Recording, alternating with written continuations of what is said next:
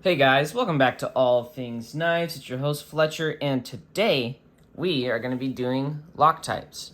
And boy, are there a lot of them. Alright, so this video is mainly just going to consist of me breaking down different lock types. You're going to see how to use them, because I'm going to open them and close them for you. And basically break down their pros and cons. Alright, so let's start off with... We're going to actually start off with a slip joint, which I have off camera.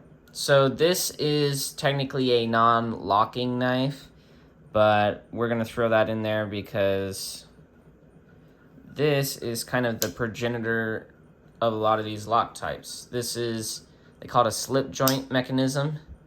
See that? Because it slips. And when it slips behind this spring here. This was actually considered an upgrade to, say, a friction folder, right? Because this actually gives you some resistance.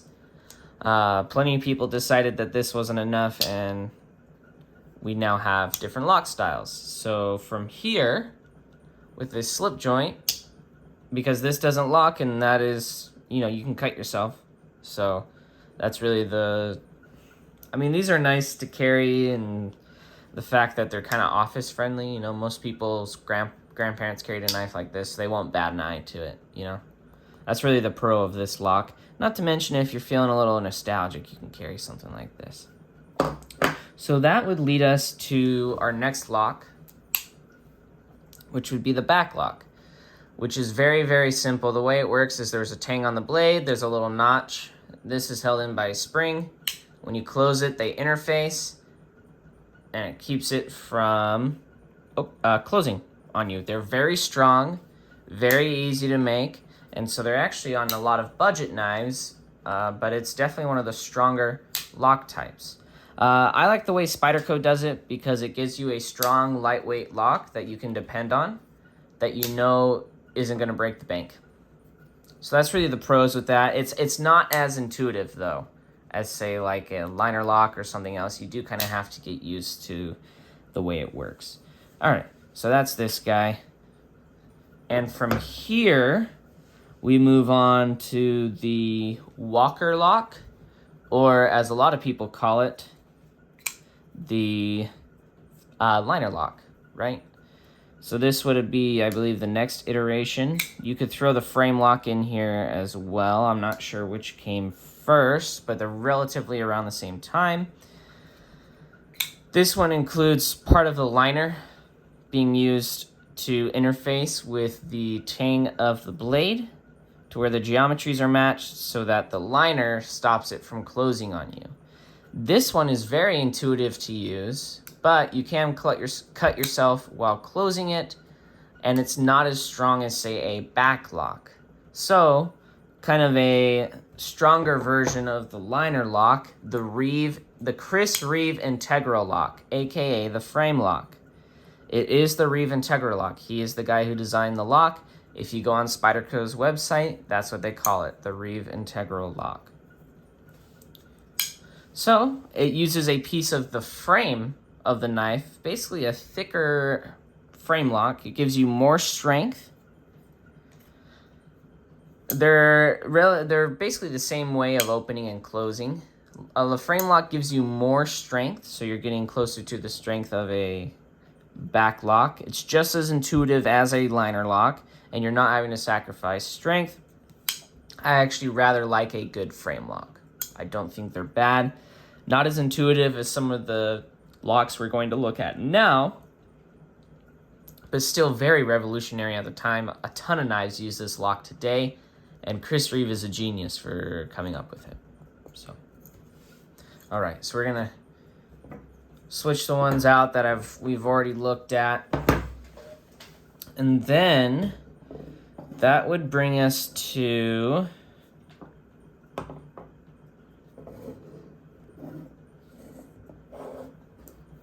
trying to do these in chronological order, but there'll probably be some anachronisms, in all honesty.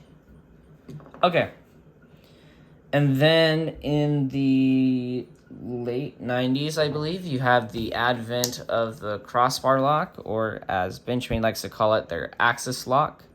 William Henry and one more gentleman came up with this lock, and they sold it to Benchmade to use on, they sold the patent to Benchmade. The way it works is it uses a cold rolled bar of steel that interfaces with the tang of the blade. Very, very strong, but very easy to manipulate. And get this, your hands stay out of the path of the blade, right? So it's ambidextrous, very easy to use. It has one weakness, and that's the omega springs. Otherwise, it's an incredibly strong ambidextrous lock style. And it doesn't add too much complexity to the knife. Ton of people love crossbar locks, and now that the patent has expired, you're gonna see it. I mean, you already do see a ton of people just using the crossbar lock because it is exactly that. Easy to manipulate, very tactile. So it's great for an EDC knife, and it's ambidextrous, so you're not singling out one side of the community or the other based off of right or left-handers. If you take a percentage, left-handers are 10% of the world, so you're immediately missing out on 10% of the market if you use a only right-hand style closing method. So, reason I like this one is it is ambidextrous. Weakness, though, is those omega springs can break, but you can always upgrade the omega springs. So, and Benchmade has a great warranty. They take care of it if something happens with the axis lock. So, it really only becomes bad if you're lost in the wilderness and this is your only knife. All right, and then, let's see. So we're gonna slide this guy off.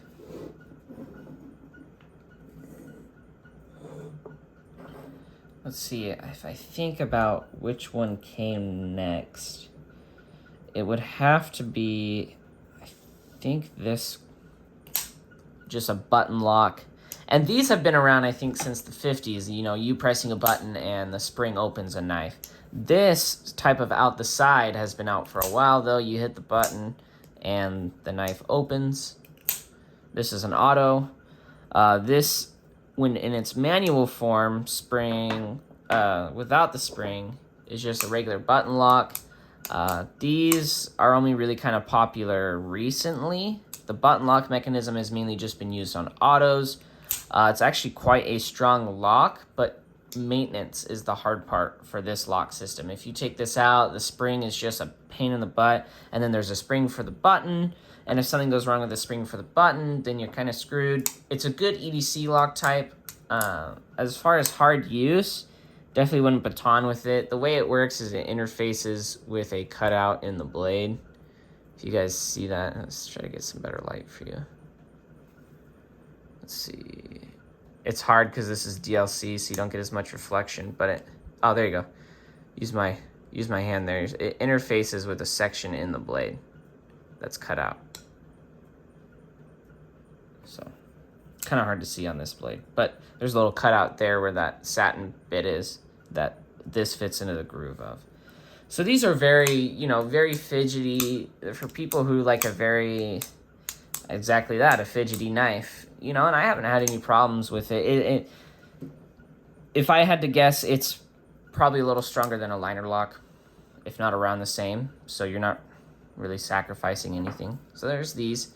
I actually don't mind them. They're actually quite intuitive. It's just a button you push. So they are kind of one side or the other, though. Benchmade did patent a double-sided system, though. So it is possible to have a double-sided system. It's just kind of expensive and complicated. So we'll throw these off to the side. And then compression lock came out in the 2000s, I would say. They took some cues from the liner lock, but they improved it tenfold. So you see there's a stop pin there, and you see there's a cutout on the blade. The liner goes, so this interfaces with the stop pin. The liner also interfaces with the stop pin and the knife, and instead of being this small slit on the very top, it actually uses the width of it. So it's actually very strong, and from the tests that I've seen using a compression lock, it's about 3 times as strong as a liner lock. So very strong, lightweight, and it keeps your hands out of the path of the blade. So very, very intuitive. if you're right-handed. If you're left-handed, they do make left-handed compression locks. You kind of have to do this weird, you know, gymnastics with the fingers to get it to, because you got to kind of, you know, you got to pinch it a weird way. So there's that. If you are, that's really the one downside of this lock is it's not ambidextrous. But there is another lock style that Spyderco came out with, so that fixed that problem. This is the ball bearing lock. Yes, this knife is dirty. I was using it, so that's what happens when you use your knives. So if you see in there, there's a spring. There's a spring in there, and if I pull back, you should be able to catch the glint. That's a ball bearing. And so what this kind of did is it kind of fixes the problem of the axis lock, where instead of having wired ductile springs, it uses a coil spring, right? So it's going to take forever to break. And a ball bearing, which will, the bar can roll on an axis lock, but the ball bearing is free floating, so it's going to wear more evenly. And so it actually wears very evenly on the surface and creates a stupidly strong lock that is lightweight, that they can throw in their lightweight models. It is stupidly strong, the ball bearing lock from them. And they have some other ones where it's open, like the cue ball. I don't really like the cue ball. It annoys me a lot. So there's that. The ball bearing lock is very lightweight and very intuitive. It's ambidextrous. It does take a little more strength than definitely takes a little more strength than the axis lock, but you're getting a more reliable lock. Like I would take the Mannix out into the wilderness with me, no problem. Whether it's the full size or the lightweight, I know it'll get the job done. Okay, so put this guy up here. Let's get those out of shot. I bet there's some person who's going to comment down in the comments, I could see those. Okay, so this isn't really like, I guess it's a lock style, but so like OTFs, they use this lock style. Microtech's been making them since the 90s, so it really should have came before the compression lock, at the same time I showed the other auto. But it uses this rail system and then these, I guess flanges, you could call them flanges, dip down, and it creates a very strong lock. I've heard people tell me that when it's out, or I've heard some people say that it's about as strong as a fixed blade because you're interfacing with this aluminum here. It does have a tang. You basically have to snap the knife in order to break the lock. Very strong. It uses flanges too, so you'd have to basically snap those flanges. And really the only way is if you were piercing really hard. It's like if you were piercing really hard. If you're going up and down, you're not. I've seen people baton through wood with their Microtechs, so very strong. Really, the downside to this lock style is if you get dirt in here, you are completely freaking screwed. You are out of luck. Yeah, so this just requires a lot of maintenance, but it is ambidextrous. Quite fast, so. And very safe for the fingers. And there is a, like, if you were to fire it, I'm not going to fire it into my table. Come on, guys, it's my dinner table. If you fire it into something, these double actions, there is a safety mechanism, so you're not going to be hurting yourself or anyone. Very hard to accidentally fire too. All right, and so these are really the mainstream locks, and then finally we have the Shark Lock, which is a Andrew Demko design, I believe. There's two Demko brothers, so Andrew and John, they work together, but I believe this is Andrew Demko's design. We can just say Demko brothers. I'm sure he wouldn't mind if I accidentally threw his brother in there for getting credit, right? They're family, so. The way it works is there's a spring inside here, but the way it interfaces, if you see there's a nice long tang on the blade, there's a stop pin. It basically overhooks that little nubbin on the blade there. See that little nubbin, how it's raised up a little bit? If you look at it, it goes down, hooks onto that, and interfaces with the blade, okay? And then there's a stop pin here. So you are actually getting a very, very strong lock that you can reinforce like so. I have heard people say that this is as strong as the Triad lock, which is an improvement of the back lock, which is actually one I don't have. But it's got the same, basically same pros and cons of a back lock, but it actually wears evenly through time. And so I would say it's an improved back lock, and it's stronger. It's so strong. But the Triad lock is ridiculously strong. It's stronger than really anything you'd ever really need. So, and this is ambidextrous, and it is quite fidgety. It is quite strong, you know, for those who like to fidget with their knives. Tactile is what I should say. It is very tactile and easy to use, even if you've got gloves on, because you literally just catch this and pull out. That's how that works. Very intuitive design. It's right there. It's very easy. Really, the con of this lock type is ergonomics. You're sacrificing some ergonomics for the lock type because it pops up a little bit.